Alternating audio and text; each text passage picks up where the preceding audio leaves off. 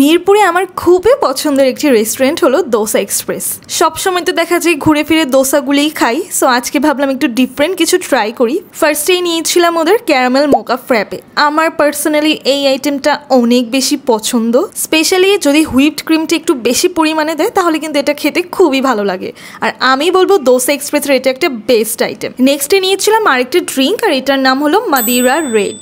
এই ড্রিঙ্কটা এত বেশি রিফ্রেশিং ছিল, গরমে কিন্তু এটা একদম মাস্ট হ্যাভ। স্টার্টারে আমি নিয়েছিলাম ওদের পাকোড়া প্ল্যাটার। 4 রকমের পাকোড়া সার্ভ করে 3 পিস করে। এটাই ছিল ভেজ পাকোড়া, পানির পাকোড়া, চিকেন পাকোড়া আর অনিয়ন পাকোড়া।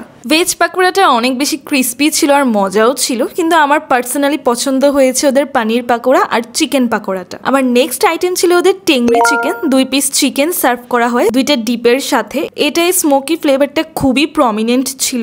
স্মোকি ফ্লেভারের চিকেন লাভারদের জন্য এটা একটা মাস্ট হ্যাভ। কারি আইটেমের মধ্যে আমি নিয়েছিলাম চিকেন কারহাই। এইটা শেফ একদম আমার চোখের সামনেই বানিয়ে দিচ্ছিল। খুবই ক্রিমি অ্যান্ড বাটারি একটা চিকেন আইটেম এটা। সাথে থাকে অনেক রকমের ভেজিটেবলস। এটা আপনারা ওদের ভাটোরা আর বিরিয়ানি 2টা আইটেমের সাথে ট্রাই করতে পারেন। আর আজকে আমি খুব একটা ইউনিক আইটেম নিয়েছিলাম, সেটা হলো ভেজ বিরিয়ানি। যারা একটু লাইট বিরিয়ানি পছন্দ করেন, এই ভেজ বিরিয়ানিটা তাদের মন জয় করে ফেলবে। So don't forget to visit dosa express.